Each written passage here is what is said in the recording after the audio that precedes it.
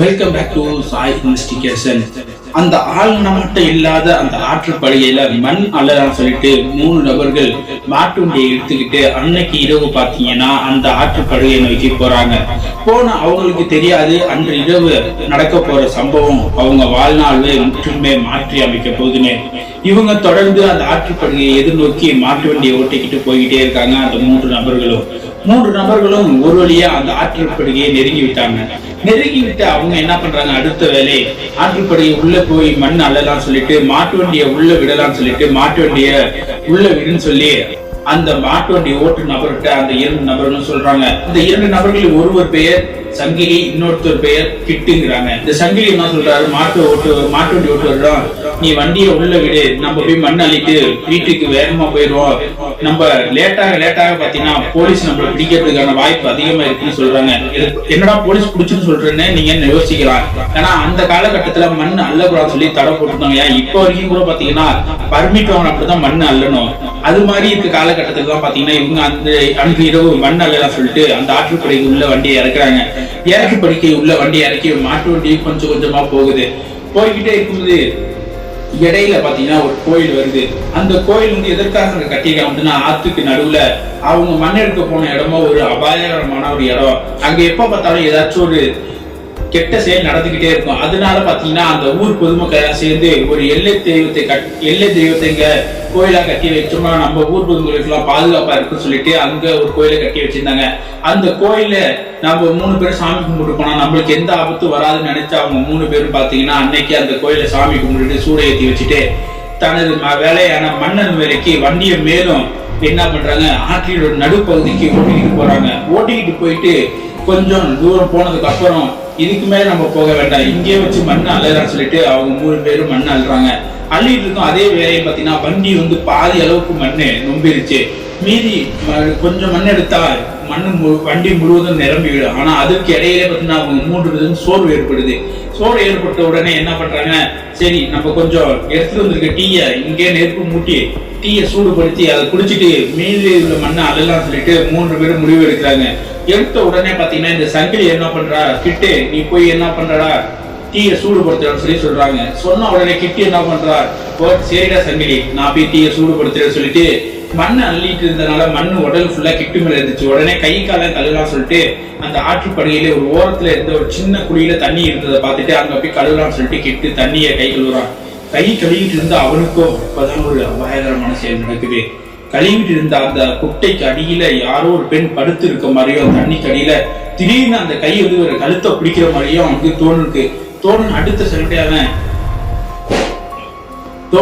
சண்டையாம பாத்தீங்கன்னா அந்த குட்டையில இருந்து கொஞ்சம் தூரம் தூக்கி எறிஞ்சு கீழே வந்து விழுந்தோடனே கத்துனோடனே கிட்டு கத்துறா. அந்த சவுண்டு கேட்டோட சங்கிலி என்னடா ஆயிடுச்சு கிட்டுன்னு வேகமா ஓடி போய் பார்த்தா கிட்டுக்கு அங்க பாத்தீங்கன்னா காக்கா வெடிப்பு வந்த மாதிரி கை காலெல்லாம் இழுத்துட்டு இருந்த பார்த்த உடனே சங்கிலியும் என்ன பண்றா, அவன் எடுத்துட்டு இருந்த அந்த பாண்டு மண்ணறதுக்கு எடுத்து இந்த பழைய இரும்பு பாண்டு, அந்த இரும்பு பாண்டை சங்கிலி என்ன பண்ற கிட்டோட கையில கொடுக்குறான். கொடுத்து கிட்ட இந்த பாண்டை இறுக்கி விடுறான்னு சொல்லி கத்துனான். ஆனா கிட்டோ அந்த பாண்டை தூக்கி எட்டி எறினான். அவன் எடுத்துட்டு அந்த பாண்டோட வெயிட் அவ்வளவு வெயிட்டா இருக்குமா, அது ஒரு சாதாரணமா ஒரு கையில அவளை அவ்வளவு தூரம் தூக்கி எரியவே முடியாது. ஆனா கிட்ட அன்னைக்கு அந்த பாண்டை அவ்வளவு தூரம் தூக்கி எறிறான்.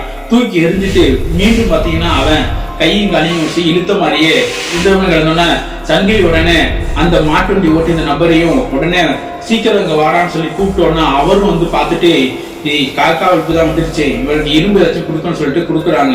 கொடுத்துட்டு இருக்கு. இதே வேலையை பார்த்தீங்கன்னா அந்த மாட்டு வண்டி பார்த்தீங்கன்னா அந்த ஒரு ஆற்றுப்படுகைய இருக்கிற அந்த ஒரு பெரிய கால்வாய், அதாவது ஒரு பெரிய ஒரு குட்டையில இருக்க தண்ணிக்குள்ள போற மாதிரி மாடு ரெண்டுமே வண்டியை இழுத்துக்கிட்டு போகுது. இதை பார்த்த உடனே சங்கிலிக்கு டேய் இதுக்குள்ள மட்டும் வண்டி மாட்டுச்சு, நம்மளால வண்டியை வெளியே இழுக்க முடியாதான்ட்டு அந்த மாட்டு வண்டி ஓட்டுறோம்னா நீ போய் அந்த மாட்டை தடுக்கலாம்னு சொல்லிட்டு இவனும் இப்படி தடுக்கலாம் அந்த மாட்டு வண்டி ஓட்டுறவன். ஆனா அவனால தடுத்து நிறுத்தவே முடியல அந்த மாட்டை தனியா. உடனே சங்கிலி இதா நானும் வர்றேன் கிட்ட சத்து நேரம் விட்டு வந்துடான்னு சொல்லிட்டு இவனும் போய் ஒரு வழியா மாட்டை வந்து தடுத்து வழியை நிப்பாட்டிட்டாங்க. அந்த போற வழியை தடுத்து நிப்பாட்டிட்டாங்க மாடு போக விடாம. நிறுத்திட்டு உடனே திரும்பி பாக்குறாங்க. திரும்பி பார்த்தா அங்க ஒரு பெண் உருவம் கிட்ட முறைச்சு பார்த்துக்கிட்டே இருக்கு. இதை பார்த்த உடனே சங்கிலிக்கும் அந்த மாட்டு வண்டிக்காரனுக்கும் பயம் அள்ளு வரை தூக்கி போடுது. என்னடா இப்படி ஆச்சு, யாரா அந்த பெண்ணு, இந்த நல்ல இரவுல இங்க ஒரு பெண் வந்து நின்றுகிட்டு இருக்கு, கண்டிப்பா இங்க பெண் வர்றதுக்கு வாய்ப்பே இல்லையே, இது கெட்ட சத்தியா தான் கண்டிப்பா இருக்குன்னு சொல்லிட்டு உடனே பயந்துக்கிட்டே சங்கிலி கிட்ட போகிறான். கிட்ட போகும்போதே அந்த மாட்டு வண்டி ஓட்டுறவன் கண்டிப்பா இது உண்மையாவே இது ஒரு மனுஷியா இருக்க வாய்ப்பே இல்லை, இது ஒரு கெட்ட சத்தியா சொல்லிட்டு அவன் என்ன பண்றான், அந்த மாட்டோட கால் அடிப்பாங்க லாடம், அதுக்கு வந்து பாத்தீங்கன்னா இறைவனுக்கு இருக்கிற அளவுக்கு சக்தி இருக்குன்னு சொல்லுவாங்க கிராமப்புறத்துல. அதனால அந்த லாடத்தை வந்து அவன் இடுப்புல வச்சிருந்திருக்கான். அந்த இடுப்புல வச்ச லாடத்தை தூக்கி ஃபர்ஸ்ட் அந்த கிட்ட பக்கத்துல தூக்கி போட்டுருவான். தூக்கி போட்டோன்னா அந்த பெண் வந்து பாத்தீங்கன்னா அந்த கிட்ட முறைச்சு வச்சுக்கிட்டீங்களா, அந்த இடத்துல இருந்து ஒரு 4 அடி பின்னாடி போய் நிக்குது. திருப்பி அடுத்த இன்னொரு லாடத்தை கையில வச்சுக்கிட்டு சங்கிலி நீ போகாதடா இருடா நான் போறேன்னு சொல்லிட்டு இவன் அந்த லாடத்தை முன்னாடி நீட்டிக்கிட்டே போறான். போன உடனே அந்த உருவம் கொஞ்சம் கொஞ்சமா மறைகிறத முழுசா பார்த்துட்டு இருந்த சங்கிலிக்கும் மாட்டு வண்டிக்காரனுக்கும் பயம் அள்ளி விடுது. எங்க அப்பாடே இது உண்மையாவே ஒரு கெட்ட சக்தி தானா சொல்லிட்டு உடனே என்ன பண்றாங்க, வா இங்கிருந்து கிட்ட தூக்கி போட்டுட்டு வண்டியில போயிடலாம்னு சொல்லி சங்கிலி சொல்றான். ஆனா சங்கிலி சொன்னதை கேட்காத அந்த மாட்டு வண்டிக்காரன் இதா என்னோட புது பாண்டுடா, அந்த புது பாண்டை நான் எடுத்துன்னு சொல்லி ஒரு அலுப்ப தனமான ஒரு செயலை பண்றான். அப்பதான் ஒரு பாண்டுக்காக அவனோட உயிரி அங்கே பறி கொடுக்க அவன் ரெடியா ஆயிட்டான். உடனே பாத்தீங்கன்னா அந்த பாண்டு தூக்கி போட்ட இடமா ஒரு புதருக்குள்ள போயிட்டு எடுக்கலாம்னு சொல்லிட்டு அந்த மாட்டோடைய அனுப்பி அந்த பாண்டை எடுக்க போனவன் கொஞ்ச நேரத்தோட அலற சத்தம் கேட்குது. கேட்டோன்னா சங்கிலி குடுன்னு ஓடி போய் பாத்தீங்கன்னா அந்த புதருக்குள்ள பாக்குறான். பார்க்கும்போது பாத்தீங்கன்னா அவனுக்கும் அந்த காக்காவுக்கு வந்த உடனே அவனுக்கும் டேய் இது ஏதோ அந்த ஆவி திருப்பி வந்துருச்சான்னு சொல்லிட்டு உடனே பாத்தீங்கன்னா என்ன பண்றான்னா அந்த சங்கிலியே இதுக்கு மேல என்ன நம்மளையும் இந்த ஆவி நம்மள விடாது கொண்டு சொல்லிட்டு வேகமா அந்த குலதெய்வ அதாவது அந்த எல்லை தெய்வத்தை நோக்கி ஓடுறான். ஓடி போய் அந்த எல்லை தெய்வ கோயிலுக்கு கையெழுத்து கும்பிட்டு மனசார வேண்டாம் என்னை எப்படியாவது எங்க 3 பேர்த்தையும் காப்பாத்திருன்னு சொல்லி அழுதுகிட்டே வேண்டியிருக்கான். வேண்டியதுக்கு நேரத்திலே ஒரு கரெக்டா ஒரு 5 நிமிஷம் கழிச்சு பாத்தீங்கன்னா அந்த மாட்டு வண்டி சவுண்டு கேட்குது. அதாவது அந்த மாட்டோட மணி சவுண்டு கேட்குது. இந்த கோயிலை நோக்கி மாட்டு வண்டி வருது. வந்த உடனே பாத்தீங்கன்னா அந்த கிட்டு அந்த மாட்டு வண்டிக்காரனும் மாட்டு வண்டி மேல கிடக்குறாங்க. இந்த சங்கிலிக்கோ ஒரு பயம் வந்துருச்சு. என்னடா நீங்க 2 பேரும் கீழே தானே கிடந்தாங்க, எப்படா இவங்க மேல வந்தாங்க, நம்பவே முடியலைன்னு சொல்லிட்டு உடனே மாட்டு வண்டி 2 பேத்துக்கும் பாத்தீங்கன்னா அந்த கோயில இருந்து 90 விபூதி எடுத்துட்டு போய் அவங்க மேல போட்ட உடனே பாத்தீங்கன்னா 2 பேரும் மயக்கத்தை கிடந்தவங்க இப்போது மயக்கத்தை முடிச்சு எரிஞ்சு பார்த்து இப்பயும் ஒரு நார்மலான ஸ்டேஜுக்கு வராங்க. வந்த உடனே பார்த்தா சங்கிலி கேட்கறான், எப்படா நீங்க 2 பேரும் மாட்டு வண்டிக்கு வந்தீங்கன்னு எங்களுக்கு ஒண்ணுமே புரியல, நாங்க எப்படிதான் மாட்டு வண்டிக்கு வந்தோம் சொல்லி நாங்க 2 பேருமே கீழே தானே கிடந்தோம் அப்படின்னு சொல்லி 2 பேருமே சொல்றாங்க சங்கிலி கிட்ட. உடனே பார்த்தா சங்கிலி சொல்றான், ஏதோ நம்மள இந்த எல்லை சாமி தானே காப்பாத்திருக்கேன், இதுக்கு மேல நம்ம இங்க நின்னோம்னா நம்மள இந்த ஆவி கண்டிப்பா போட்டு தரணும் சொல்லிட்டு வண்டியை எடுத்துட்டு 3 பேரும் பாத்தீங்கன்னா உடனே அந்த ஆற்றுப்படியில இருந்து மேல கரைக்கு வந்துடுறாங்க. வந்துட்டு உடனே வீட்டுக்கும் போயிடுறாங்க. போயிட்டு அன்னைக்கு அவங்க அங்க நடந்த செயலெல்லாம் அவங்களோட ஊர் பொதுமக்கள்கிட்ட சொல்றாங்க. சொன்னதுக்கு அப்புறம் இதை பத்தி சொன்னோன்னா ஊர் பொதுமக்களும் ஆமா அங்க அந்த ஆவி இருக்குதான் சொல்றாங்க. சொன்னதுக்கு அப்புறம் தான் இவங்க 3 பேருமே இனி நம்ம எப்பவுமே அங்க மண் இருக்க போயிடுவான்னு சொல்லிட்டு முடிவும் பண்றாங்க.